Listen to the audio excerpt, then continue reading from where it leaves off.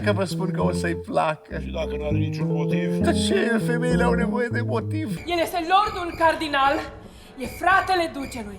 Arată bine pentru vârsta lui. E bătrân? Are 50 de ani. Pentru un bărbat nu e mult. Cine știe să corupă mai abil virginitatea, să ridice mâna. Să știți că pot să vin să vă ajut și eu când vă testați nevasta. Am fost trădată. Onoarea mea. Cine era marele om care a zis odată: iubesc trădarea, dar urăsc pe trădători?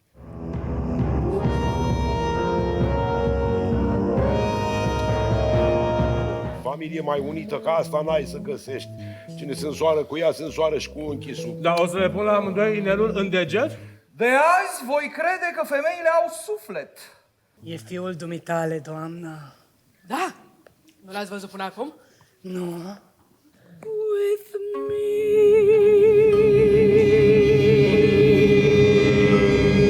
Da, are în piept o voce minunată, dar să nu ne audă că se umflă în pene și știți, fetele nemăritate nu e bine să se umfle.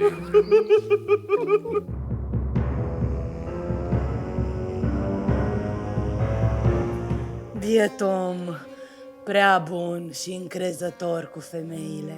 Vreau lista exhaustivă a defectelor femeii. Tunetul îți va părea susur pe lângă furtuna mâniei. Am auzit că se schimbă vremea când luna atârnă așa pe cer. Sper că nimeni nu este la curent. Ha, știe toată lumea. S-a aflat repede. Poți oare privi cerul fără groaza pedepsei? Ți-ai dedicat iubirea unei târfe. Ai milă de dilema